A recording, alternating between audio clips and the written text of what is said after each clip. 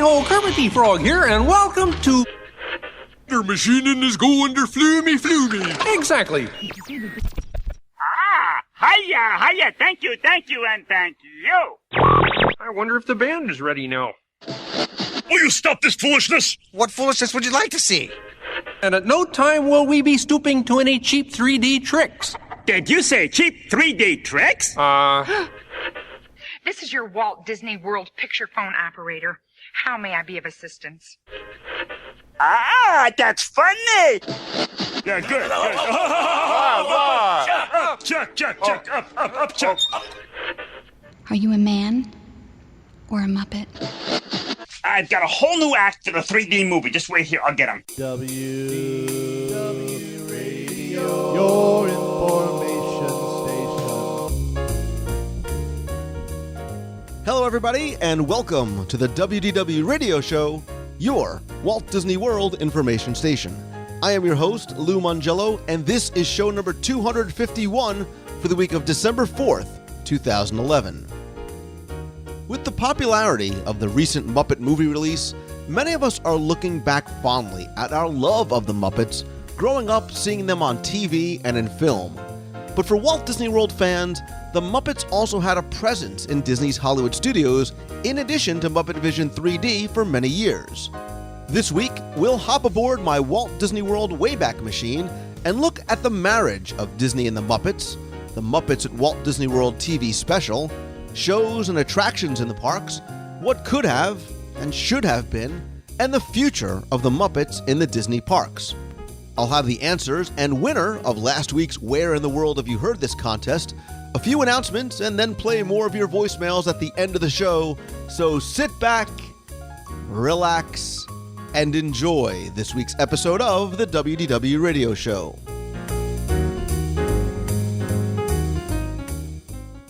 It's time for the show. Where is everybody? Hi there. I'm Kermit the Frog, and we're almost ready.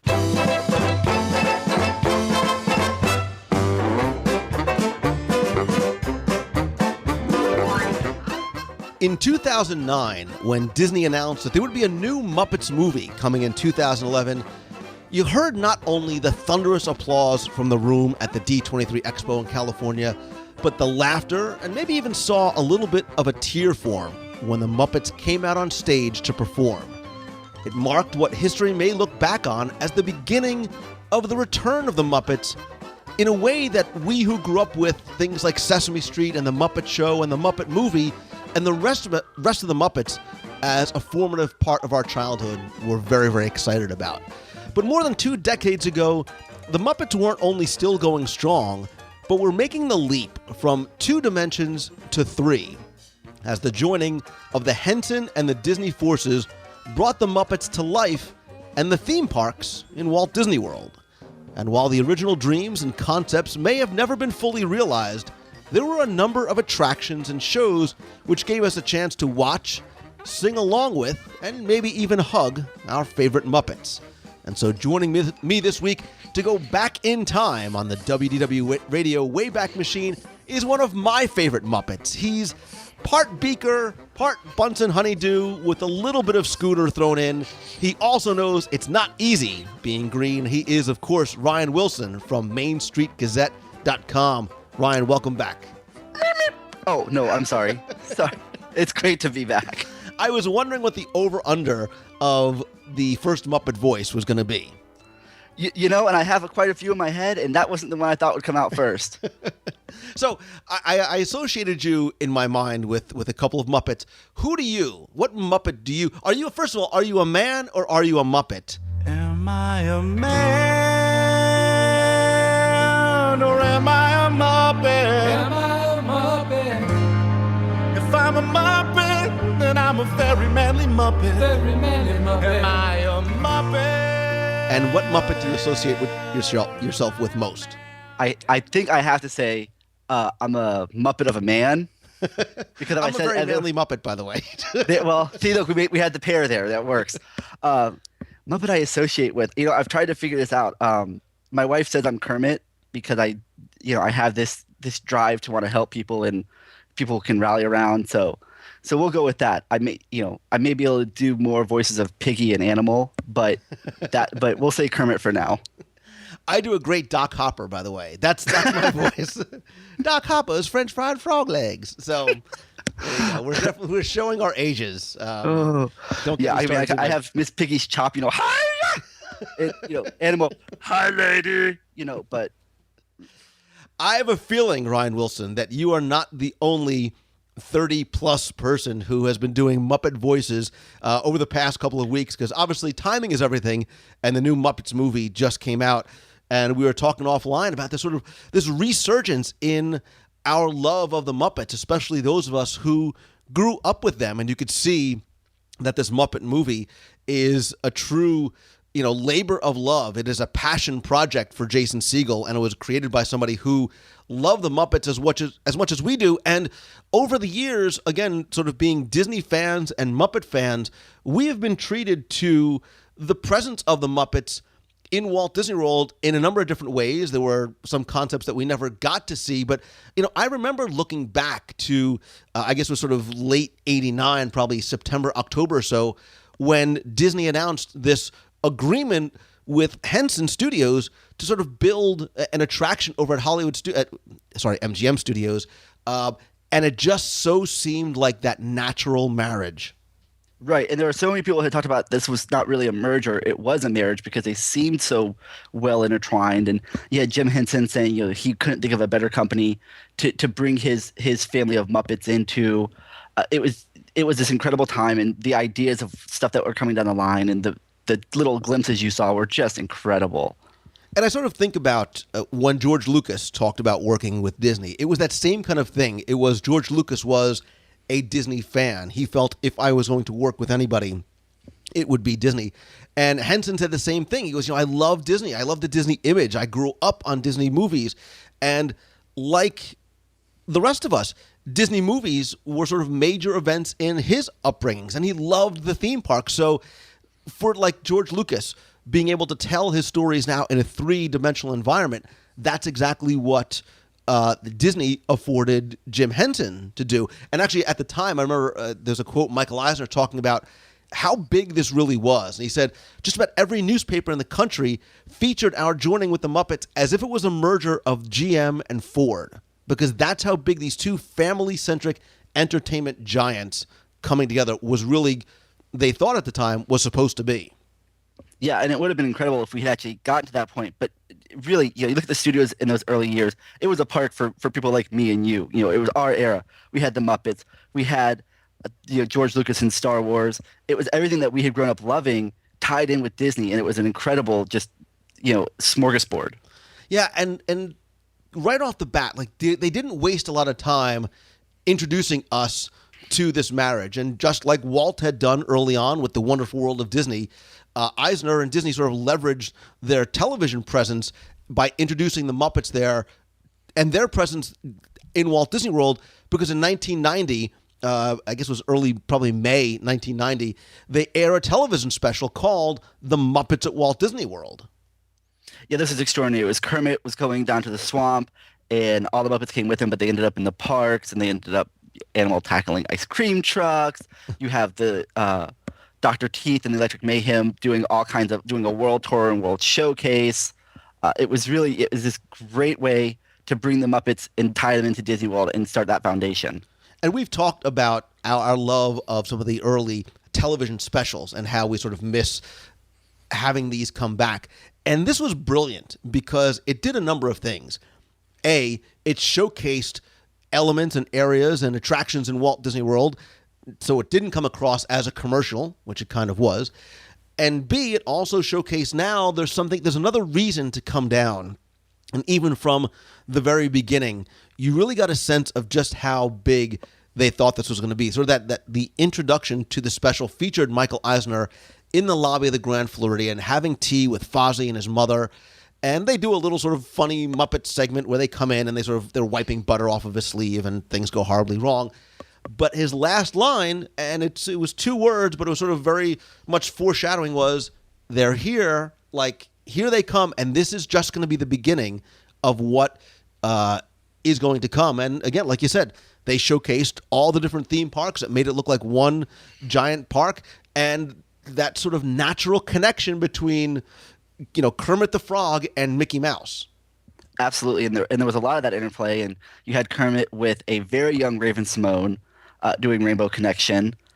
You had just incredible things. You were seeing the studios. A lot of guests hadn't seen the studios yet. They hadn't been to the park yet. So this was their kind of glimpse into what that park was going to be. You have Miss Piggy on Star Tours on Big Thunder Mountain Railroad, but it always looked like it was just across the street. Yeah, and they took, they did a very, and you can find this still on YouTube and a couple of places online. I'd love to see them sort of re-release this somehow in a nicely digital format on DVD or something.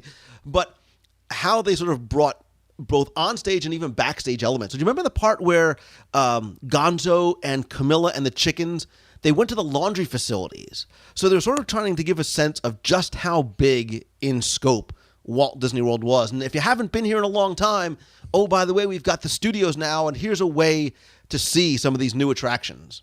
Yeah, they were in the utilidors, and they were down in the laundry facilities, and it made it look like these, the underground caverns, the underground tunnels, the utilidors went all the way to the studios, because they pop up at one point in the middle of Indiana Jones Epic Stunt Spectacular, where Kermit's playing Indiana Jones. And the thing about it too was they tried to, and I think they did well, make it look very natural to see the Muppets in Walt Disney World, almost sort of foreshadowing maybe a much grander long-term plan to actually have them much more present in some other areas of the parks as well. Right, because at the time there was that plan in place of a very big footprint for the Muppets. And again, too, it by doing things like at the end, by having the Disney theme song, When You Wish Upon a Star, and sort of the unofficial Muppet theme song of The Rainbow Connection, Shed a Tear When You Hear It, by sort of bringing those two at the end, it was, okay, this is it, folks. This is the beginning of what is to come. And again, as plans were laid out, that was the beginning of some very, very big plans, especially coming to Disney MGM Studios.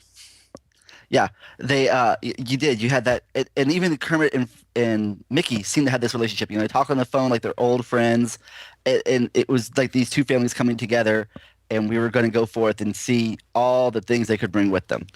And there were a lot of plans already on the table. Again, they did not waste very much time planning out a lot of what was going to be coming to specifically Disney MGM Studios. In fact, there wasn't going to be a single attraction or a single show. There was going to be an entire land. There was going to be a Muppet Movie Land, or a Muppet Studios, as it was sometimes called, coming to the park. And I actually remember seeing the signs on the backlot tour on the sides of the red trams saying basically coming soon. I think at the time they were calling it Muppet Studios. Yes, and it had like these blueprints, like almost these big banners with blueprints. I have a very similar memory of seeing these things, and just at that time I was like, this is going to be amazing. And there were so many plans. There were plans for restaurants, for attractions, for shows. They were going to have their own whole land. Yeah, and there was going to be a great Muppet movie ride, possibly another 3D movie, the Great Gonzo's Pandemonium Pizza Parlor, which stands where Mama Melrose's is. The Magnificent Muppet All-Star Parade was going to go up and down Hollywood Boulevard every day, which was going to feature all of the Muppets. And actually, if you go back to show number 169 from May of 2010 over at WDWRadio.com or on iTunes, Jim Korkis and I wander Hollywood Studios, and we talk about the Muppets that never were. We talk in depth about some of these proposed concepts that never made it both in and out of the parks, both in Disney World and in Disneyland. And we really sort of take a look back in time to what, at the time, concepts of the Muppets were going to be. And I think now, Ryan, we can, when we're done today, we're going to talk some more about maybe potentially what the future of the Muppets is in Walt Disney World. It looks like a bright future, doesn't it?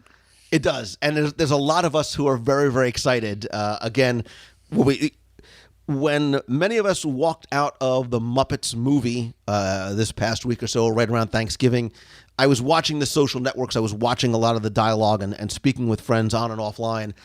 And you started to hear things like, bring back the Muppet Show. What are they going to do at Hollywood Studios? They've got this big land over in the corner. And people started getting excited again about the possibility of the Muppets coming back to Walt Disney World. But what I want to do today is I want to go back in time. I want to look at some of the things that were there, some of the things that maybe people may have forgotten, and take a look back at some of the shows and some of the attractions that were there, some for a couple of years, some for not very long at all, and some that were very unique, I think, in their presentation and their format. Yeah, unique is almost a synonym for Muppet, I believe. So here's your question for the day. Technically, what was the very first Walt Disney World attraction to feature or to include the Muppets? If my memory serves, I believe was that Hollywood's Pretty Woman? You are a good Googler, my friend. No, I do my legwork. You know your stuff, absolutely. Because everyone says, "Oh, the Muppets' presence in Walt Disney World began at Muppet Vision 3D." We're going to show that that's not true. And a lot of people think about some of the other attractions we're going to talk about, like Here Come the Muppets.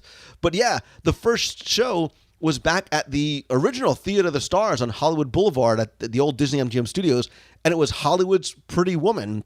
And it was sort of a tribute to the women of old Hollywood, including Judy Garland, Carmen Miranda, Madonna, and of course Miss Piggy and Kermit come out at the end too. Right. The show was around Roger Rabbit visiting the studios and Mickey and Minnie having their own nightclub, wanting to impress him, and they do this star-studded event, paying homage to the women of Hollywood, and of course Piggy cannot let that slide. Right. And it was actually a very short-lived show. So for those people that don't remember it, I mean, it literally only lasted just a few months. But it was the one show, and correct me if I'm wrong, that actually was completed and debuted and performed while Jim Henson was still alive. Yes, it was the only one that came out while he was alive. Principal photography had finished on Muppet Vision, but the attraction hadn't debuted yet. Yeah, because the first attraction to really open up, which was in May, about May 25th or so, 1990, was Here Come the Muppets. And, we could talk at length, but we should at least address sort of why some of these things never came to be, because there was all this excitement around this Henson-Disney merger, and unfortunately, it fell apart very publicly, in a very grand scale, and very quickly, because Jim Henson passed away just about 10 days before Here Come the Muppets premiered at Disney MGM Studios. Right. As the story goes, he was all ready to sign on with Disney. He passed away the week he was going to sign the contracts, and his family decided, and I don't blame them in the least, if it were my father, I would want to keep my father's company. And so the negotiations fell apart. Yeah, and the timing was very, very odd. So you have the Muppets at Walt Disney World and that live special air about 10 days before he passes away, and then Here Come the Muppets premieres just 9 days later. Yeah, we get caught in that little in-between area. It did cause problems. There were legal wrangling over Muppet Vision 3D, but we did, in the wake of his passing, we did get Here Come the Muppets, which was the first major presence of the Muppets in the park. Right, and this was really supposed to kick off that relationship. The Muppets at Walt Disney World was sort of the introduction, and Here Come the Muppets was going to be that first realization of what that merger was going to be, because the Muppets were going to have a physical, sort of semi-permanent presence in the Disney MGM Studios. They played in what at the time was known as the Animation Courtyard Theater, in an attraction that was not a film like Muppet Vision 3D, but at least for the time being was going to introduce the Muppets to Walt Disney World before Muppet Vision 3D was actually finished, but in a live stage show where you saw the Muppets in a very sort of different, we're used to seeing them on screen without legs and feet other than maybe in the Muppet movie, but here they were standing sort of life-sized, walking around. Right, these were full-size people in costumes, lip-syncing to a soundtrack that had, Jim Henson, Frank Oz, Steve Whitmire, all these talented voices, and they were carrying on. And when I say lip sync, this was decades before we had Dream Along with Mickey, but these were characters that could move their mouths.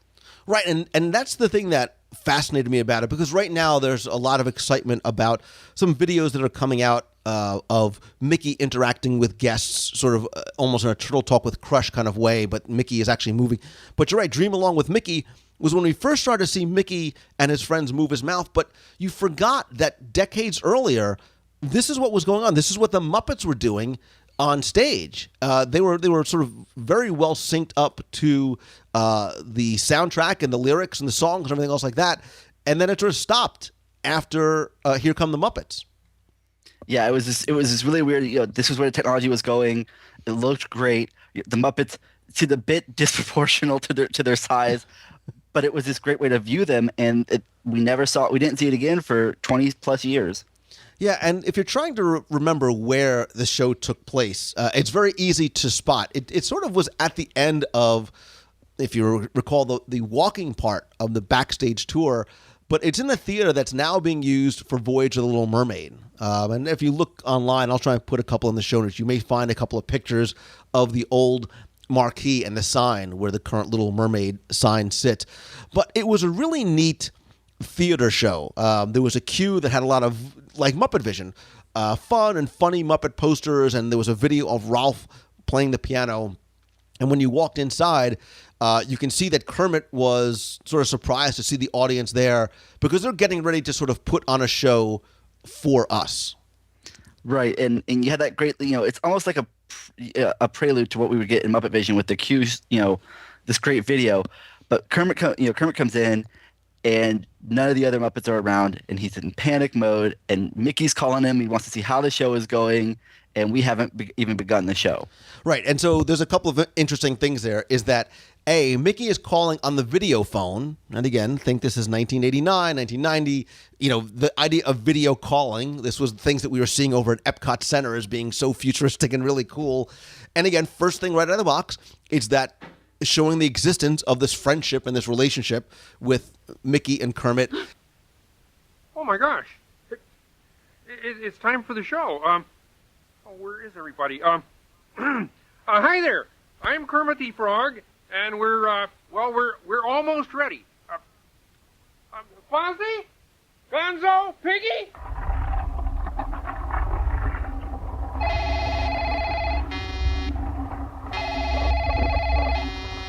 Hello? Hiya, Kermit. It's Mickey.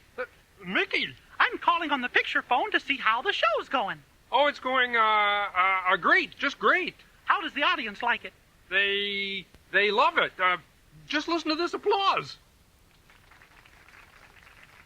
Sounds swell. I can't wait to see it. Me too. What'd you say? Nothing, Mickey. Listen, I gotta run. Bye now. So long. And they go right into, and again, this sort of dates the attraction, but I remember Lily Tomlin as being the telephone operator. That was one of her gags, and they sort of she reprises her role there as the picture phone operator, and she's got a great joke that she gives to Kermit. A gracious hello. This is your Walt Disney World picture phone operator. How may I be of assistance? Well, you see... Maybe you'd like a reservation at the Chefs de France restaurant. They have a special on frog's legs. Look, you don't understand. Sir, we at the phone company are trained to be understanding. Oh, good. Well, I'm trying to reach Miss Piggy. Would that call be person to person? No, it's more like frog to pig. Frog to pig. To each his own. I'll connect you. Yeah, you can see she's chuckling to herself. And for everyone who remembers Lily Tomlin, and this is dating ourselves, this is from Laugh-In. This is her Ernestine phone operator character. The second time Kermit calls her, she's already given him attitude. And it was great. She was the only real person we get to see in the entire attraction. Absolutely. We do see a lot of other characters live on stage. We do see a couple of other characters on the video phone. So, for example, he calls Miss Piggy, tells her to get ready. He calls Fozzie, who is lost, but obviously just on the opposite side of the stage door. And one of the most memorable parts of the attraction for me was not the singing and dancing routines, but when the monorail red crashes through the wall and the Electric Mayhem Band comes out. Hiya, thank you, and thank you. Oh, good. Now, where's everybody else? Oh, they're coming on the monorail. But, Fozzie, the monorail doesn't come through here. It does now. Monorail! Here we are. Okay, introducing Dr. Teeth, that's yours truly, and the Electric Mayhem. Oh, yeah. Oh, lady. Hi, lady. Hi, lady. chill Hi, out, nice animal. lady. Hey, but don't worry about him. He's very gentle. He loves kids. Yeah, he ate 2 this morning. Really? Yeah, and I like the fact that the show, they didn't it's not like you were watching a film. It was somewhat interactive in that they spoke to the audience. Like, they acknowledged that the audience was there. So Animal comes out and he points to somebody and he says, "Hi, lady," and they very much sort of play to the fact that the audience is there while this is all going on. And again, kind of odd seeing Animal like that. You imagine him as a sort of a skinny, big-headed, fuzzy head Muppet. But when he comes out and he's, 5.5 feet, 6 feet tall, it was very sort of odd to see it in that way. But this is sort of the beginning of us seeing the Muppets like that in here. And again, it was Gonzo was there. Bean Bunny, who we really got to be introduced to in a big way at Muppet Vision 3D, are out there. And then they start doing the show. They start performing the show. So Gonzo and Bean Bunny, they start singing Make 'Em Laugh. Miss Piggy comes out. She does her song entitled Personality. And Kermit and Fozzie, they're all sort of dancing and singing backup. So it is sort of this rousing, musical, vaudevillian style number. Hey, Fozzie, hit it. Make 'em laugh, make 'em laugh. Don't you know everyone wants to laugh? My dad should be an actor, my son. Right, it's very reminiscent of the Muppet Show and the musical acts, the way they put them on the Muppet Show, and you had a great Singing in the Rain reference with Make 'Em Laugh, so you have it at the Great Movie Ride and now over with the Muppets. It was always a little disconcerting to me to see the Muppets in their regular Muppet form on the video phone Right. and then suddenly walk through a door and be 6 feet tall, and then the whole gang gets together with the finale with the Electric Mayhem, and they're doing the Heart of Rock and Roll and Shout. Yeah, so Shout is sort of that. You almost get a sense that they're doing kind of like a rock concert at the end, and they play that Huey Lewis song, which again sort of locks it into a place in time. It's very much locked in the 80s there. D.C., San Antonio, and the Liberty Town. Boston and Baton Rouge. Austin, Oklahoma City, Seattle, San Francisco. And then the Shout finale is kind of like Animal House, pardon the pun, a little bit more friendly, but sort of that very much high energy foot stomping kind of thing that, again, the audience kind of gets involved in as well. Yeah, everyone gets a verse. They're trying to get them up. They're trying to get them engaged. But like you said, a more family-friendly version. Yeah. You know you make me wanna. You know you make me wanna. You know you make me wanna. Lift my head up and down, throw my hands up and down. Come on now. Come on now. And the thing, too, again, a lot of people don't remember Here Come the Muppets because it only lasts a little bit more than a year. It only lasts until about early September, maybe September 2nd or so, 1991, before it was replaced by Voyage of the Little Mermaid. And it's not because I think the show wasn't popular and wasn't interesting, but because this was almost kind of something that they had as a placeholder until they can start bringing in some of the other shows. And just 2 weeks later, after Here Come the Muppets closes, Muppets on Location, Days of Swine and Roses, I'm not making that up, debuts. Absolutely. And you do get the sense that it was so far removed from what the rest of the Muppet area was going to be that it was only there until they could find something else to fill that void. And with the renaissance of Disney animation coming with The Little Mermaid, that was clearly the way they were going to go in that corner. And so we get a Muppet Show debuting right next to Muppet Vision 3D. Right. And it's, if you're trying to sort of envision where this took place, because this was not your typical indoor performance. This was, excuse me, it was outdoors in sort of a loading dock type backdrop where they were able to allow the audience to become very much a participatory aspect of the show and let cars drive in and out and have autograph sessions. But if you're envisioning when you walk out of Muppet Vision 3D, if you look to your right where at one point was the Lightning McQueen and Tow Mater meet and greet. I think currently it's a Phineas and Ferb meet and greet. There is that facade of a loading dock area, and that whole area was reserved for this Muppets on Location outdoor stage show, dance party, autograph session. Exactly. It had a little bit of everything. You were extras in this production that they were putting on. It started with Electric Mayhem singing "Hey, It's a Movie" and introducing us to the other characters: Kermit, Fozzie, Gonzo, Miss Piggy. And at some point in the middle, they would all break away and do autographs.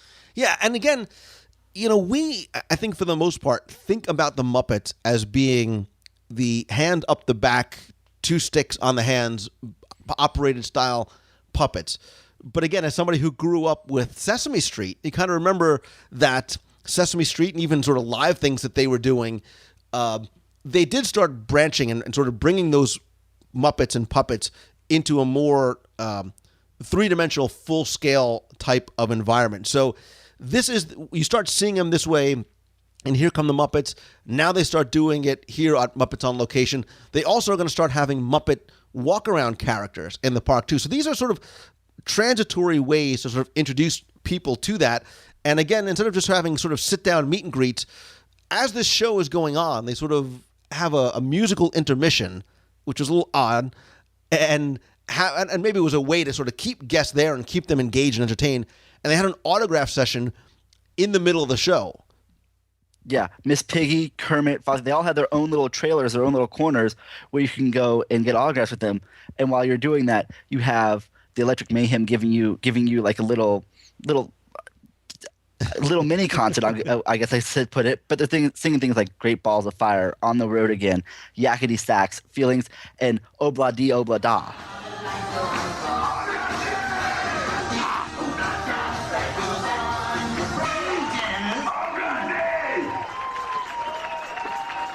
That was super. You guys were fantastic. Let's hear it for the Electric Man Band. Say to Steve, can you leave the flower shop? Can you go out there and be a star? What? A star? You better believe it, Buster. Hit it!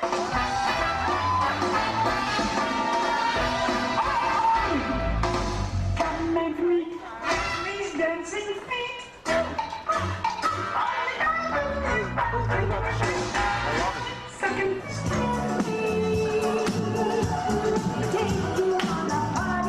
Yeah, so it's kind of it's interesting, and it's tough for us to sort of explain because it seems somewhat disjointed. But it starts off with the Electric Mayhem.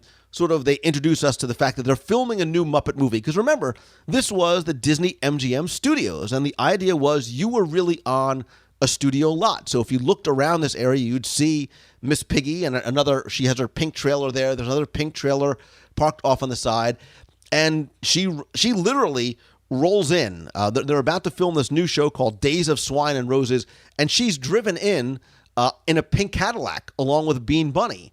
And so it gives you a sense that you're sort of outside in the middle of this real live movie set. Right, and if you consider this location, you look off in one direction, and you have the street, New York Street at the time, and all those facades. And so you had this feel of this is just another production taking place. Yeah, and so her car came down from where the current enclosed theater is. Remember, at the time, it was an open theater where Hunchback of Notre Dame ended up playing. So it sort of came from that way, kind of off in the distance where Lights, Motors, Action currently is. And you're right, they played a lot of very familiar classic songs like Great Balls of Fire. I think Zoot playing Yakety Sax, sort of the Benny Hill song, was awesome. That was one of my favorite parts. And then sort of they go into that rousing finish. Miss Piggy sings 42nd Street and Lullaby of Broadway, and everything's coming up roses. And while that time was going on, they also sort of, the actors took a break. They sat down on sort of studio chairs and started doing meet and greets and autograph sessions. So it made it a longer show as opposed to them doing the show and then having the autograph sessions right after. Yeah, this is about the same time I can remember with the Teenage Mutant Ninja Turtles, who they did their little show and then came and did autographs, and then left in their van. This was much different. This was it did make it a longer show. but you got that chance to really get an interaction with these characters. Yeah, and this show, it ran for a long time, relatively speaking. It ran for about 3 years. So, interesting as it was, because it wasn't really a permanent stage. There was no seats outside. It did run probably about 5 times a day was their quote-unquote shooting schedule. But it really was neat because it wasn't like you had to watch them like on the Beauty and the Beast, where it's a stage show. They were right in front of you, and you very much felt like an interactive part of that. Yeah, I mean, they actually had like the wooden barricades that you would have at a concert to keep you away from them, to keep some semblance of distance between you and these characters. And it also started to set, pardon the pun, the stage for that area, because that was going to be where the Muppets were really going to take over. That's what this area was going to be. So, again, you've got Muppet Vision there. You have the Stage One Company store. Mama Melrose's was supposed to be the Pandemonium Pizza Parlor. So the whole area was going to be sort of a mini Muppet land, and it would have made sense to have these characters coming in and out and walking around as well. Right, and you can see that even today with that it all has that same industrial brick feel. The sidewalks are the same all throughout this area, whether it's Mama Melrose's or It's a Wonderful Shop or any of those pieces now. It still had that feel of the cohesive corner that was perfectly built for the Muppets. And if you turn around and look up over on the top of the building, you'll still see the Miss Piggy sign. That sort of neon pink Miss Piggy sign is still sitting up there. So that's been around there for a long time, again, sort of setting the stage for what this area was originally supposed to be. And who knows, may eventually become in the future. Yeah, anything's possible today, isn't there? And I think, again, this show lasted for 3 years, and obviously Muppet Vision 3D has remained. The Muppets did have a small presence again in the Stars and Motor Cars parade, which lasted for about 6.5 years. They had a Muppet car that had if you remember, sort of the giant blimp, which looks like the balloon that's above Muppet Vision now. Sweetums was there, and Miss Piggy and Kermit were in the car. That was sort of their other presence in the parks, other than what is there in Muppet Vision right now. And again, timing being everything, the Muppets movie comes out to huge response this week, both fan and critical response. It gets a 98 something on Rotten Tomatoes, which is like unheard of. So it's getting both the critical and the fan and nostalgia appeal. Disney announces that on the Disney Fantasy, their latest cruise ship, their version of the Midship Detective Agency, that interactive game which I loved on the Disney Dream, is going to be a Muppets version. They're going to have a Muppet game on there now.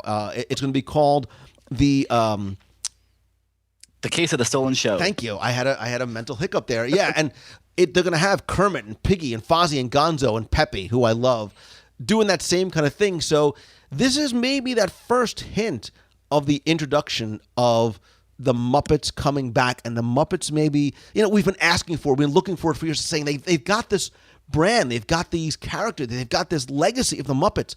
Why are we not seeing them more in the parks, in the films, somewhere? Is this maybe the first step towards bringing those back, or to an increased presence, especially with the response that Disney has gotten?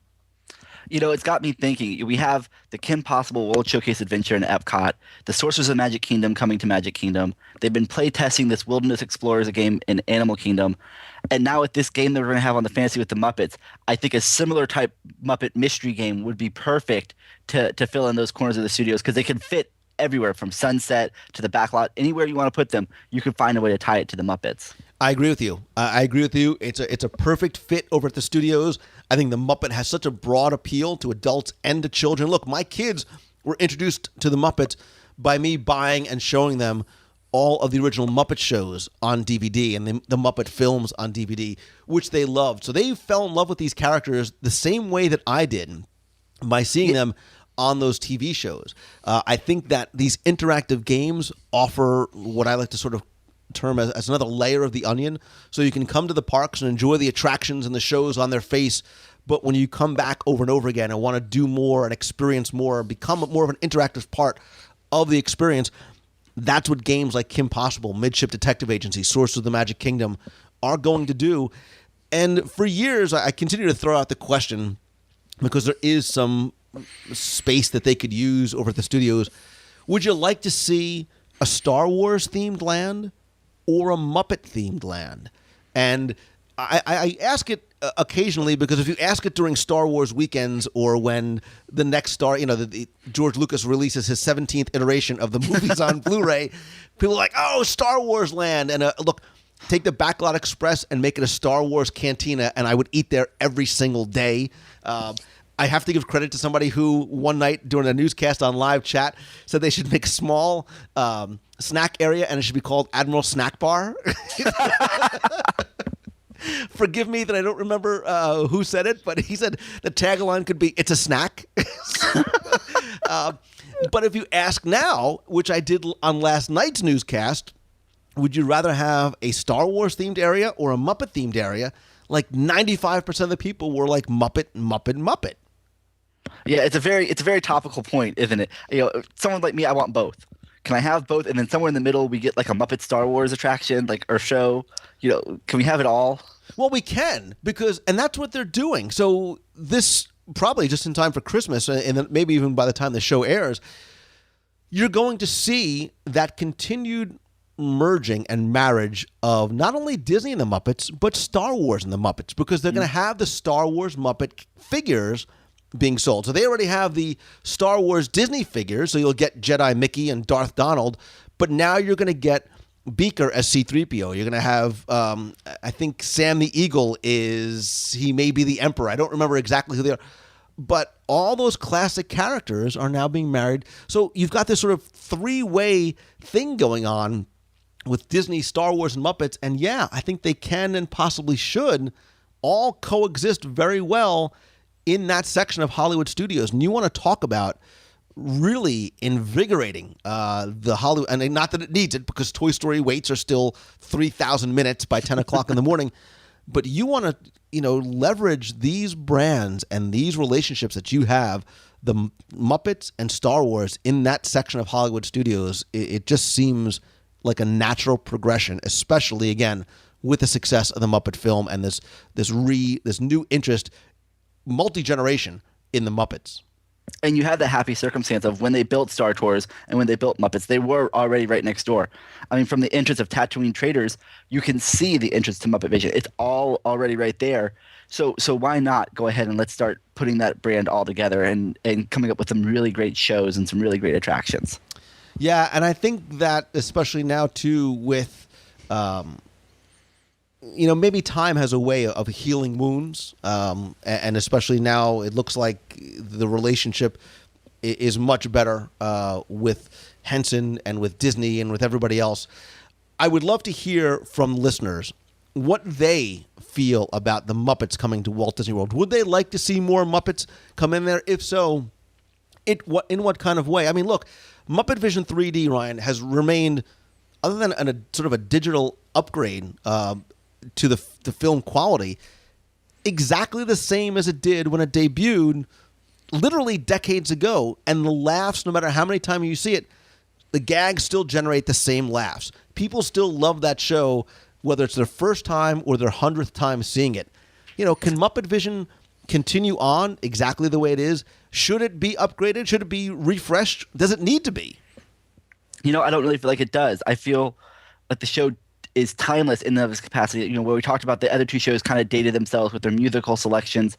The Muppet Vision stayed clear of all of those elements and created this timeless show. The only thing you get that's kind of dated is the balloon when the wall blows up outside on the walkway. Otherwise, this show really stands the test of time. I'll sit there and watch the entire Q show just because of all the gags and all the little elements in that. It's an extraordinary thing, and I think it just needs to be expanded upon, not necessarily changed. Yeah, so if you don't pay close attention to the real people sort of walking around after the fire truck sort of comes in and look at their bad 80s, 90s clothes and hypercolor shirts and sunglasses, you almost would forget that the show is that old. And I think that's the interesting thing about this is the staying power of the classic Muppets. It has not needed to be refreshed You don't need to introduce new characters or make sort of wholesale changes to the integrity of the characters in the Muppets. And I think that's why the attractions in the films continue to sort of stand that test of time.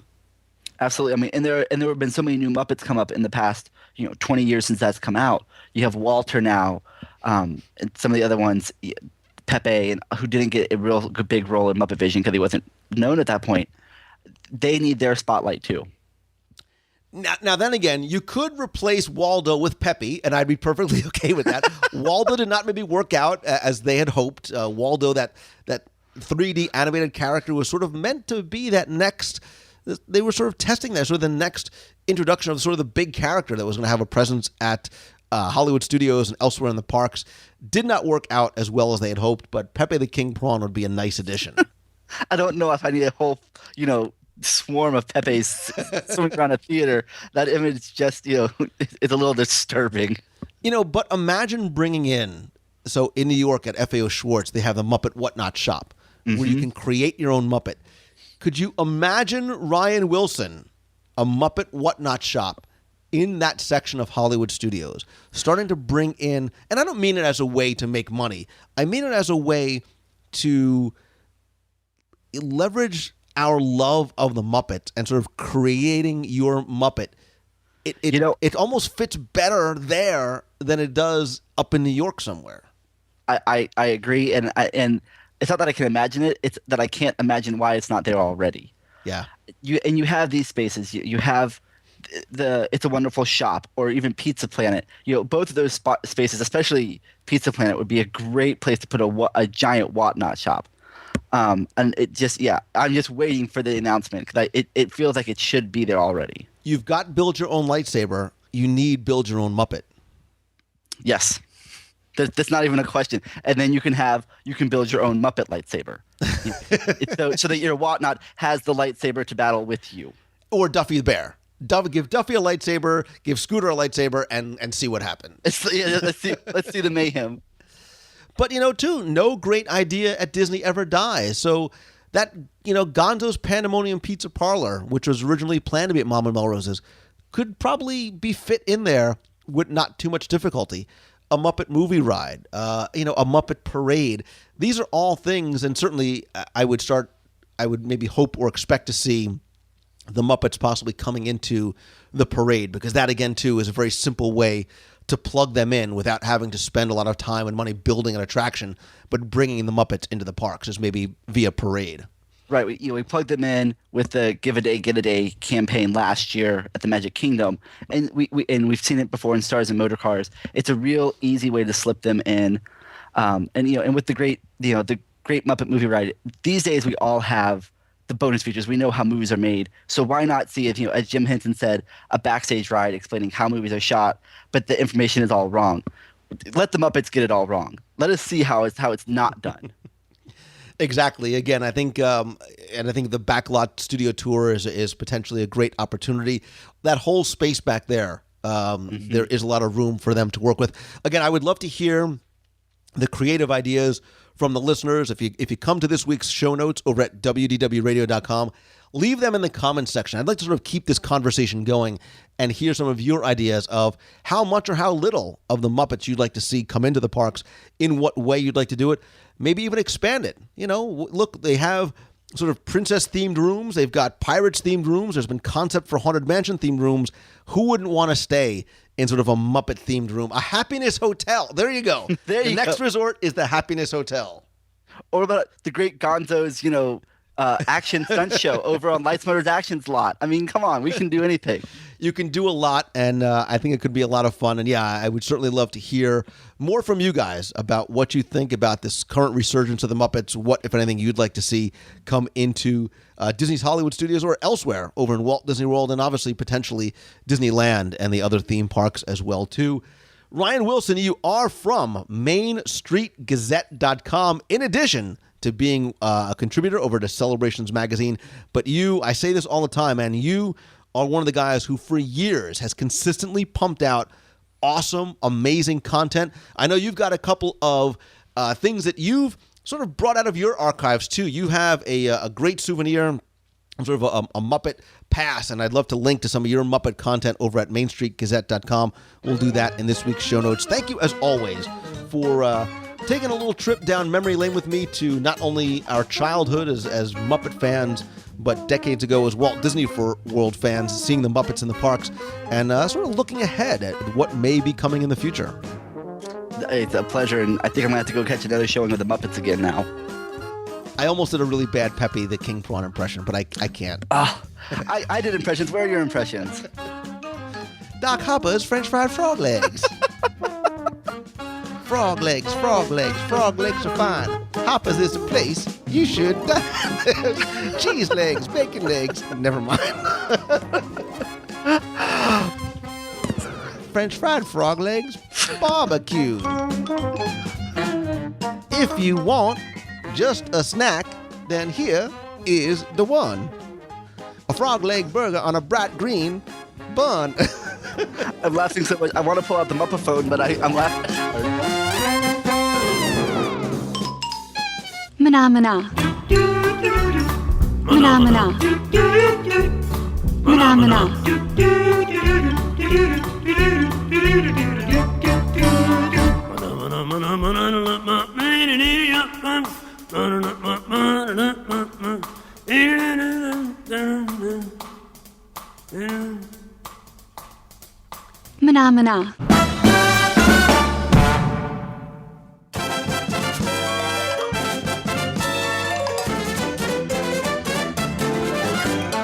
It's time to announce the winner of last week's Where in Walt Disney World Have You Heard This contest. If you listened last week, you know that I played 7 random sound clips from around Walt Disney World, and I told you they could have been shows, attractions, current or extinct, or just sounds from elsewhere around the resort.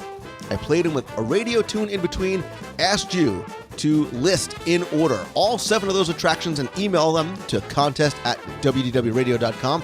I gave you all a week to enter, and you did not fail because we got tons and tons of entries, many correct entries as well. And what I did was randomly select from those correct entries one single winner. And because it is the holiday season, I am so grateful and thankful to all of you. I put together a prize package that includes all 6 of my audio tours on CD, Main Street, Adventureland, Fantasyland, Toontown, Liberty Square, and Frontierland, signed copies of both of my Walt Disney World Trivia books, Volume 1 and 2, a signed copy of the first edition of Celebrations magazine, and the all-new limited edition holiday book. And just for fun, I also put in a $25 iTunes gift card again. So before I tell you the winner, here are the clips once again. This time, I extended them out a little bit more. I'll give you a little bit more information, see if you can figure out what they might be now. Battle stations, report to the flight deck for immediate launch. To infinity and beyond.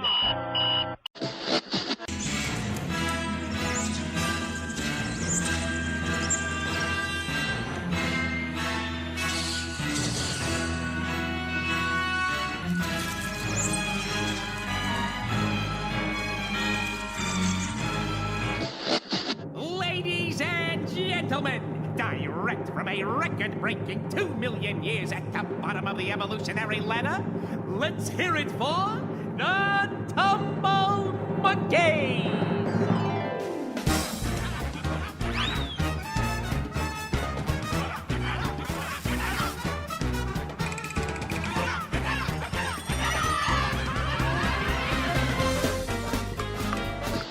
Now, as you can imagine, safety is a big concern of ours, so we're going to insist that you buckle up your safety belt securely. You'll be glad you did.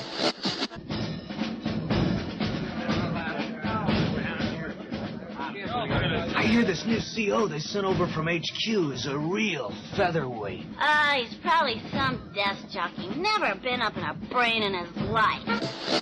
Before I throw these razor-sharp knives around the body of the volunteer, my assistant will place a bag over his head. Paper or plastic? Rubella. This is all fake, right? Oh, no. The knives are very real and very sharp. Don't move an inch. All right, that's it. Get this bag off right now. Now, where was I? Oh, yes, the shipment. we still require the Earl Grey tea, quinine, mosquito netting, and piano wire. I quite understand, sir. I'll see what we can do. Good, jolly good. Thank you, Colonel. Cheerio. Yeah, this is Mrs. Schmidt. The coffee shipment is ready for pickup. It is at the supply dock. If you didn't get them last week, hopefully the additional bits of audio will help you figure out what they were. But here are the answers in order. The first was the cue of Buzz Lightyear's Space Ranger spin. The second was a little tricky. That was actually from Splash Mountain. Those were the sort of the inside caverns on Chickapin Hill. The third was the Tumble Monkey section of the Festival of the Lion King show over at Disney's Animal Kingdom. The fourth came from the queue and the pre-show movie over at Test Track. Number 5 was a little old school. We went Cranium Command in the queue at the old Wonders of Life Pavilion in Epcot. Number 6, kind of possibly old school again too, Sounds Dangerous, starring Drew Carey. And number 7, remember, it's always important to not only look around, but listen carefully too, because that audio clip came from the queue of the Jungle Cruise over in Adventureland. And again, we had a ton of correct entries. I want to thank all of you for taking the time and playing. Hope you had fun along the way. And the winner of the Disney and iTunes gift card prize package is Francine Giordano from somewhere in New York. So Francine, congratulations on winning. Send me your address and I'll get your prize package right out to you. And definitely stay tuned. Going to bring back the contest on a little bit more of a frequent level. So we'll do everything from Where in the World Have You Heard This? We'll do Name That Disney World Tune.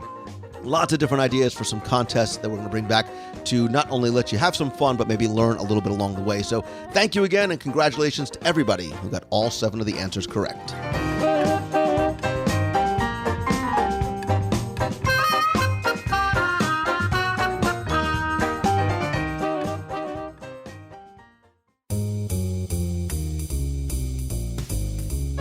That's going to do it for this week's show. Thanks so much for taking the time and tuning in. Hope you enjoyed our look back and forward at the Muppets in Walt Disney World.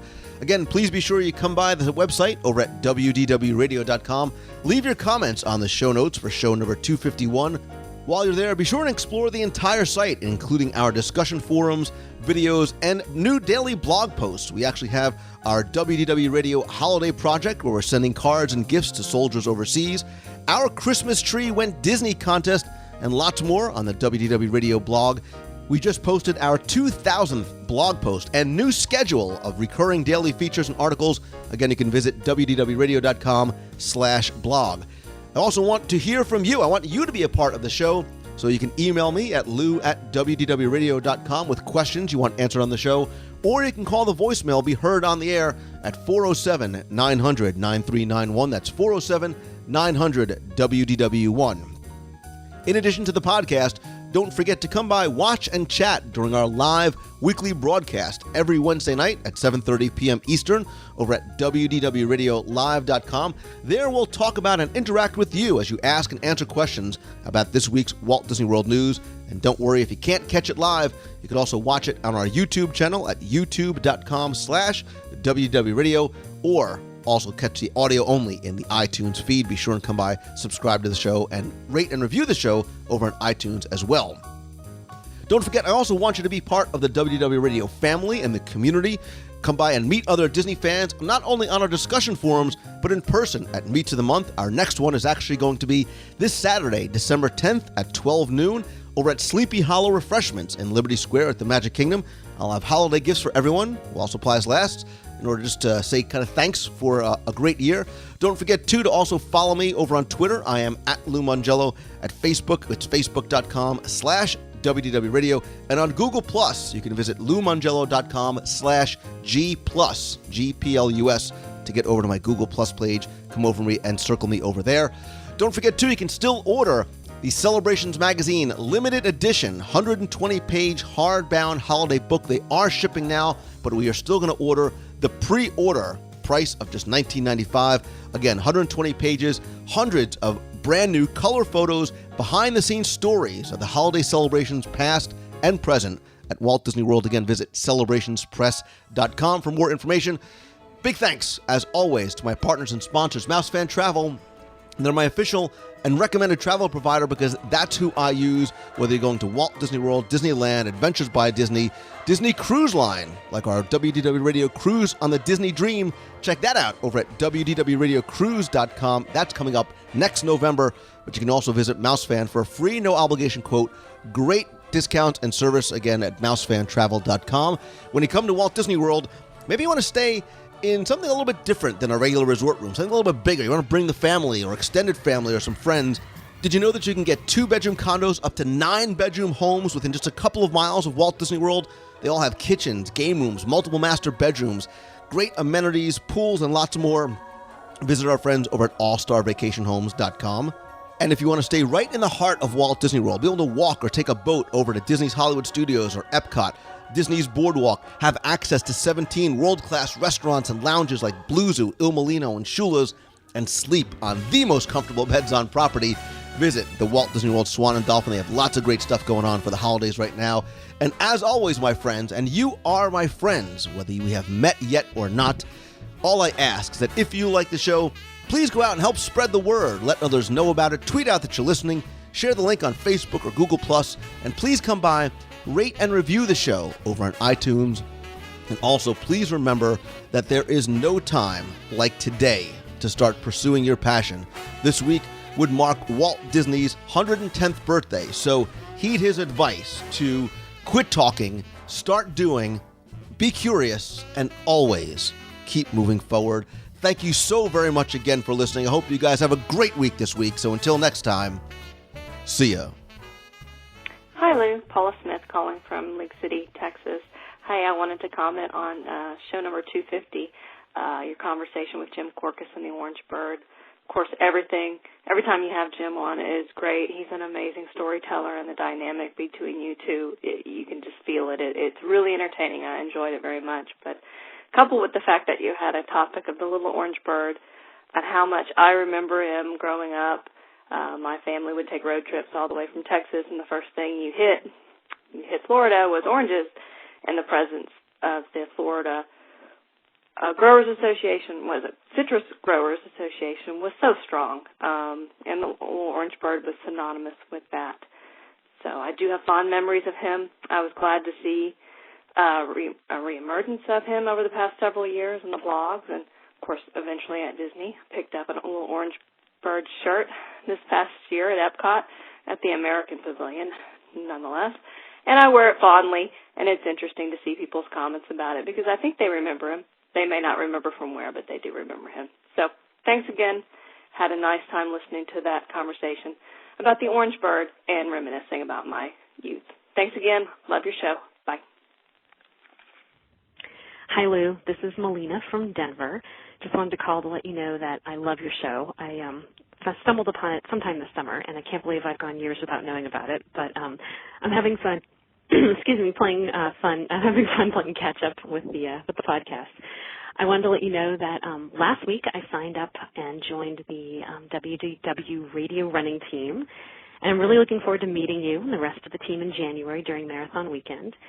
Speaking of which, I wanted to share that today I completed my first marathon distance, 26.2 miles, in preparation for the race through the world on January 8th.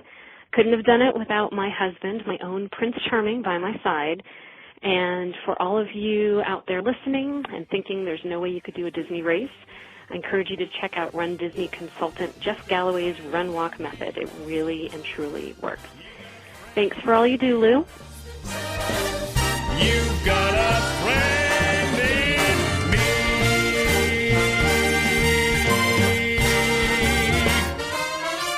Yeah.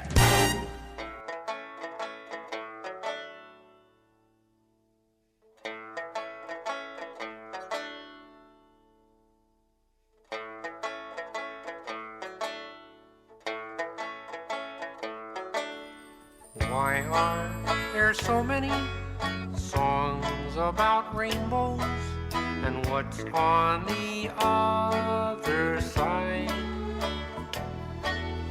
Rainbows are visions, but only illusions, and rainbows have nothing to hide. So we've been told, and some choose to believe it. I know they're wrong, wait and see. Someday we'll find it, the Rainbow Connection. The owners, the movements, and me. Cha-cha-cha! Thank you, you're a great audience.